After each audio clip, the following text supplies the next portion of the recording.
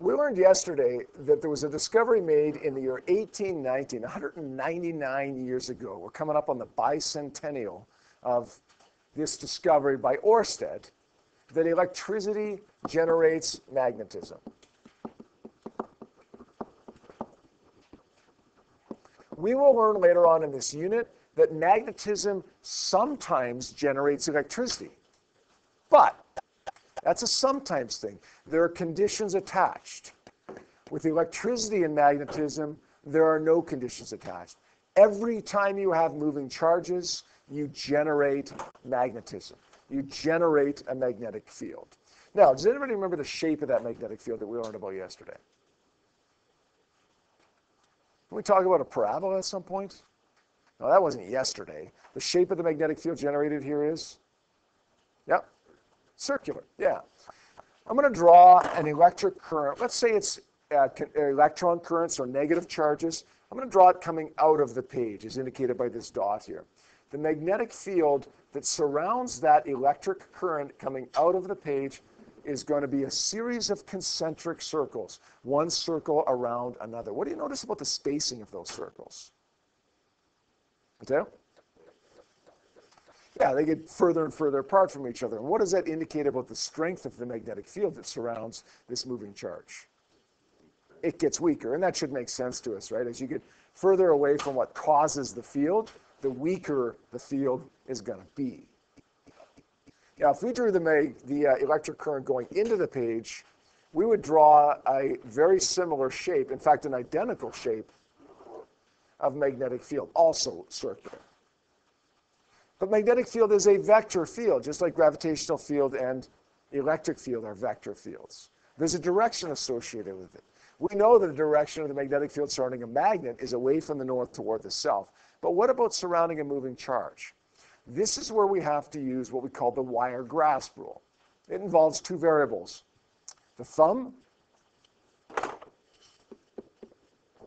and the fingers, the bent fingers. My thumb at 90 degrees to my fingers, always. My thumb will point in the direction of the moving charge. So in the first example we have here, the moving charge it comes out of the page towards you, as represented by the dot. So I'm going to stick my thumb out of the page towards you. Thumb in the direction of that moving charge. I'm going to bend my fingers now. How much am I going to bend my fingers? Doesn't matter. Bend my fingers, they're going to point in the direction of the magnetic field. So if thumb points in the direction of the moving charge, and my fingers are going to point in the direction of the magnetic field will end up being clockwise here. Now, not just on that field line, but also on this field line and this field line. It's always going to be clockwise when the electric current is coming out of the page. Now, what about going into the page here? Thumb, fingers 90 degrees to each other again. Thumb in the direction of the current. Fingers are going to get bent a little bit, a lot. Doesn't matter. Any way you look at it, the magnetic field is going to go counterclockwise around here. Thumb in the direction of the current. Fingers bent a little bit, a lot. Doesn't matter. Going to point in the direction of the magnetic field. Let's try another one here. Let's say we've got electrons moving toward the top of the page. Maybe they're just moving through the air toward the top of the page. Maybe they're moving through a wire toward the top of the page. Doesn't really matter. Going to use the same wire grasp rule to figure out the magnetic field here. Thumb in the direction of the current. Thumb's going to point. By the way, I'm using my left hand because it's electrons. What would I do if it was positive particles? Right hand. It's exactly the same thing, but you'd use your other hand. Left thumb toward the top of the page. Right now, where are my fingers pointing? Sorry, where are they? Where are they relative to the wire? My fingertips are not above or in front. They're to the, look, this is left, this is right, this is up, this is down. Where are my fingers? To the left of the wire. Right? They're to the left of the wire. Where are they pointing? Into the page. So the magnetic field here would be into the page. Now where are they? Not which way are they pointing, but where are they? To the right of the wire. Which way are they pointing? Out of the page. Now where are my fingers? This pen is now representing the wire, okay? Now, where are they? Not which way are they pointing, where are they? Behind the wire. Which way are they pointing? To the right. So we're going to say that's to the right. Now, where are they? Again, the pen is the wire. Where are my fingertips right now? In front of the wire. Which way are they pointing? To the left. I don't care how you represent this, whether you represent it the way that I did right there, or whether you try to draw a circle going around it like this. Whether you do it in words, it doesn't really matter, as long as you recognize which way the magnetic field is going around this. Got it? Okay, I got one more for you. This is a tough one. This is harder than anything you saw yesterday. I've got an electric current going into the page right here. I've got an electric current coming out of the page right here. The magnetic field that surrounds this one is going to be circular. It's going to be circular surrounding this one as well. There's actually more field lines. I'm only drawing one because you get the picture there. These two wires that carry these currents are both made out of copper. They do not attract or repel each other magnetically because copper is not ferromagnetic. But because there's a current going through both of them, and a current generates a magnetic field, we now have two magnetic fields that interact with each other. That causes the two magnetic fields caused by the moving charges, that causes either a force of attraction or a force of repulsion. Which is it? Do these two wires attract each other or repel each other? That's a hard question. Opposites attract, but we don't have opposite polarity of these wires necessarily, right? We've got a non-ferromagnetic wire and another non-ferromagnetic wire. They both generate magnetic fields, but they don't have magnetic fields naturally until the charges are moving. What do you say, Tim?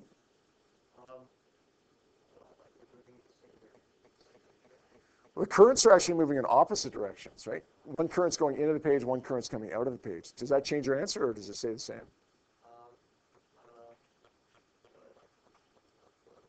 Okay. Why?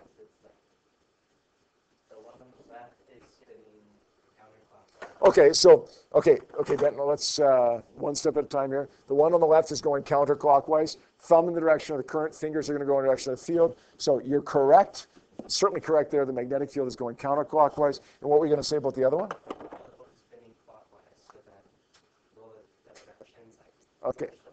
Okay, so thumb in the direction of the particle is out of the page, fingers in the direction of the field, which is clockwise. So you're saying that the magnetic fields here are going to repel each other. Why again?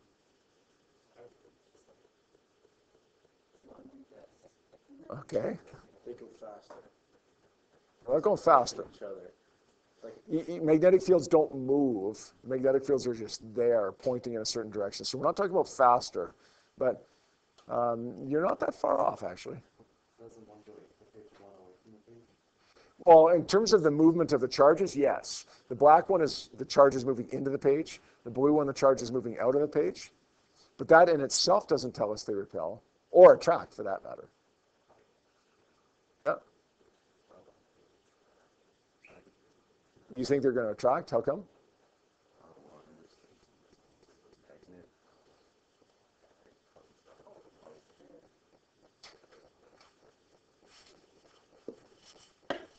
I like your logic, and I like your logic. Okay? As much as your logic may not have been as recognizable to everybody with the hand motion and so on, I actually knew what you were saying there, I think. Okay? You just had a bit of a tough time expressing it. But if it's what I think you were trying to say, you nailed it. Okay? And you nailed it as well, Matteo, just in a bit of a different way. I actually prefer the way that I do it is more like Matteo was thinking, but your logic is just as good. Okay? Let's look at Benton's logic first. Benton, I think, was more or less saying, because these field lines are the way they are, the black field line is counterclockwise, the blue field line is clockwise, there is no way that these field lines are ever going to join up. If they don't join up, then they must repel. Field lines that join up attract each other. Field lines that don't join up repel each other. If they're opposing each other, they can't join up. Therefore, we must get a force of repulsion. Is that more or less what you're trying to say? Okay, good. And Matteo is saying, look, let's pretend we have a little bar magnet up here and a little bar magnet up here. The magnetic field outside of a bar magnet goes from north around to south. And similarly on this one, the magnetic field goes from north around to south. Now, inside goes from south to north, right? These two magnets have a south against a south, therefore they would repel each other. So whether you think about it in terms of the field lines not joining up, like Benton did, or you think of it in terms of these pretend magnets that we just introduced there, either way, you're going to get a force of repulsion. Now, what if you're using Matteo's logic and the logic that I like here, but you said, well, why do we have to draw the magnets there? Like, we made up the magnets. We pretended these magnets existed. Like, why couldn't we have drawn them down here? Well, the answer is you could have. This would be north, this would be south. This would be north, this would be south. And north would repel north. Well, what if we do them right here? This would be north, this would be south, this would be north, this would be south. If you did that, then north would repel north and south would repel south. So any way you look at it, these two wires are going to repel each other. There's a question coming down the pipe somewhere on a quiz. I believe it's on either on the unit assignment or on the unit test, one of the two, where you have to do something like this. I don't know if the currents are coming in the same direction or opposite directions here, but the bottom line is you have to use either Benton's logic or Matteo's logic in order to answer the question. Somebody in the last class said, well, what if they're going in the same direction? That would be counterclockwise there, right? Same thing, counterclockwise. What if we're going in the same direction? Using Benton's logic, these two field lines could now join up because they're in the same direction, right? If you kind of that. Or using Matteo's logic, we could say that that's a north, that's a south, that's a north, that's a south, and north attracts south. So think about it in terms of the field lines joining up, attraction. Think about it in terms of these pretend magnets that we introduced that would instead generate the magnetic field rather than the moving charges, and we're going to get attraction that way as well. All right, we're going to introduce one new rule today, one new hand rule, and then we'll be done for the week. The hand rule that we learned yesterday was the wire grasp rule. It's used to find the magnetic field that's caused by a moving charge. If that moving charge is through a wire, we can also use the wire grasp rule to find the direction of the magnetic field. But if the wire is twisted around a little bit to look something like this, to form a coil of wire, or in fancy physics language, a solenoid. If it's twisted around to form a coil of wire or a solenoid, it's a little bit harder to use that wire grasp rule. We could technically use the wire grasp rule to find the direction of the magnetic field, and therefore the polarity, this becomes a magnet. Becomes a magnet with a north pole and a south pole. We could use it to find the polarity of this new electromagnet. But it's kind of a pain to do it that way. So we're going to introduce a second rule that we're going to call the Coil rule. The Coil rule is similar to, but different from, the wire grasp rule. It involves the same two variables.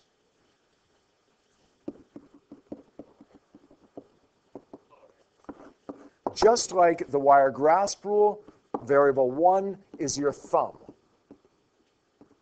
Variable 2 is your bent fingers. So far, it's exactly the same.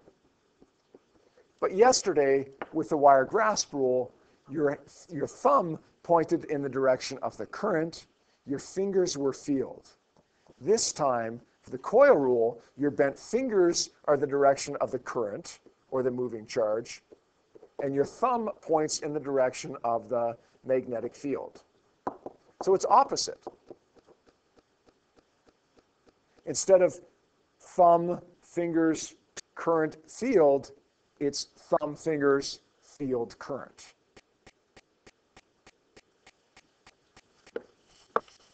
Now let's take a look at the example that I've got drawn on the board here. Use the manipulative that you just built. In this example, we have a battery hooked up to a wire that goes around a piece of steel or a piece of iron or some kind of ferromagnetic material. It doesn't actually have to have a ferromagnetic material in there.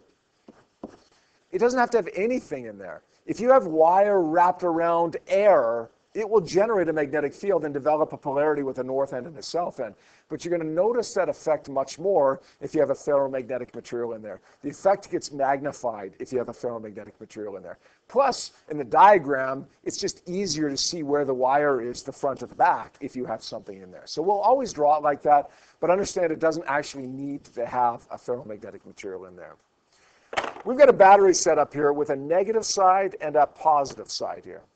If we assume electron current, which is the way that current actually flows, negative particles moving, then the current will go this way.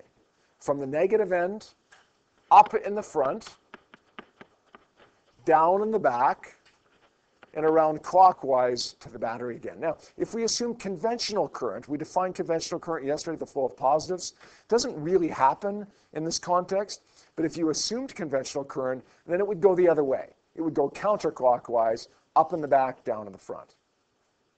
Don't worry about that. The only difference really in how we do this is that if we assume electron current, we use our left hand. If we assume conventional current, we would use our right hand. Which hand do you use? Well, it doesn't really matter. You just have to be consistent with the type of current you assume. Electron current, left hand, conventional current, use the right hand. You'll get the same answer for magnetic field direction or polarity either way. So here's what I want you to do now. Take the coil that you made a few minutes ago, the little kindergarten arts and craft project that you made a few minutes ago. I want you to look at the word front. You labeled it as front and back. I want you to look at the word front. Look at it right in the eyes. Okay, look at the word front. Stare it in the eyes. Now I want you to stick your fingers. You can see here the coil rule says your bent fingers are in the direction of the current. The current in this diagram is clearly pointing up in the front. So I want you to take your fingertips, your left hand fingertips, and I want you to put them on the word front, right on the word front, and I want them to be pointing up. So hold it so that you're looking at the word front. Look, you see this coil? Looking at the word front, point your fingertips up in the front. Right? That's the way the current is pointing in this diagram, right? Up in the front. So I want you to put your fingertips up in the front. And then I want you to bend your hand, bend your fingers around. As long as you keep your fingertips pointing up on the word front, you can manipulate your body or your wrist right now. You don't have to be looking at the word front anymore. If you do that, look, my thumb is pointing to the right. To the right. Yeah. That means the magnetic field is pointing to the right. Now, let me add this. Let me add something to this coil rule definition down here. That magnetic field is inside the coil. That means if it's inside, it's not pointing from north to south, it's pointing from south to north. That means the polarity of this coil is south at this end and north at this end. We've just made an electromagnet that has a south end on the left side and a north end on the right side. Now, if we extended the magnetic field outside the coil, it would look like this from north to south. But inside, just like inside of a regular magnet, that magnetic field goes from south to north. Let's do another example here. This time, here's my piece of steel, or whatever it is. That doesn't really need to be there, but we always draw it there, or at least nearly always draw it there.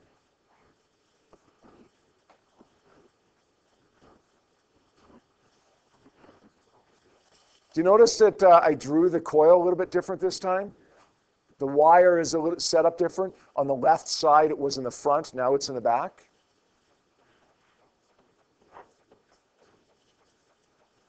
Actually, let's make the battery this way. Which side is the positive end of the battery? Left side. Which side is the negative side? The right side. Now, we'll assume electron current. If we do, then the electrons are going counterclockwise. If we assume conventional current, then it would go clockwise. The only difference is we use our left hand here versus our right hand if it was conventional current. Up in the front means down in the back. Up in the front, down in the back, goes around counterclockwise. Here's what I want you to do. Stick your fingers, your fingertips on the word front, pointing up.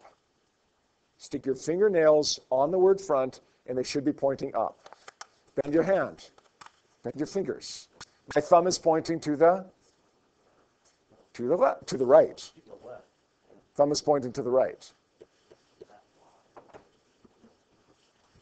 If you're looking at the word front, your thumb points to the right. That means the magnetic field points to the right. Therefore, this is a south end, this is a north end again. How is that possible? Didn't we reverse the direction of the battery here? Look, the current was going clockwise. Now the current's going counterclockwise. The current was going from the negative end like this. Or sorry, the current is going from the negative end like this. The current was going from the negative end like this. How is it possible to get the same polarity? Yeah, we flipped two things, right? And two negatives made a positive, basically, right? We flipped the direction of the current, and we flipped the wire. If we had have only flipped one of them, then the polarity would have reversed. Does that make sense? Let's try one more. Last one, and then we'll wrap it up for the day and for the week.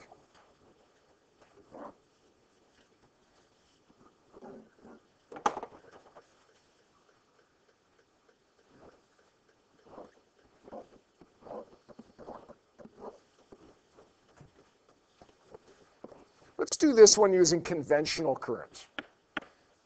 Not that we really need to do that, but let's just, for whatever reason, let's do that right now.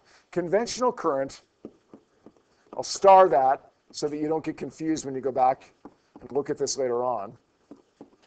Conventional current would go which way? Away from the positive. So it would go to the left, okay, to the right in the front, to the left in the back, and it would go around like this clockwise.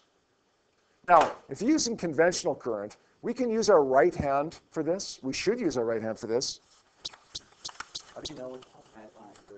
Well, electron current always uses left hand. So if you're assuming the current is going away from the negative, use your left hand. If you're assuming it's going away from the positive, use your right hand. You'll get the same answer for it. So we're using conventional current. Look at the word front. Orient it like it is on the board here. Okay, look at the word front. Your right-hand fingers should point to the right on the word front. Bend your fingers around. Which way does your thumb point? Up. So the magnetic field inside this coil is up. That means that's a north and that's a south. Now, let's do this same question, but assuming electron current. Electron or current would go opposite to this. Instead of sticking your fingers to the right in the front, you would stick your left-hand fingers to the left in the front, if we're assuming electron current. And the magnetic field is still pointing up. So it doesn't matter whether you use your right hand or your left hand, as long as you're consistent with the type of current you're using, electron current or conventional current. Does that make sense? All right, your homework for the weekend is simply quiz number 14. It's based on practice question set number 14, and I do have another practice question set up, practice question set number 15, which is on the wire grasp rule and the coil rule that we just did.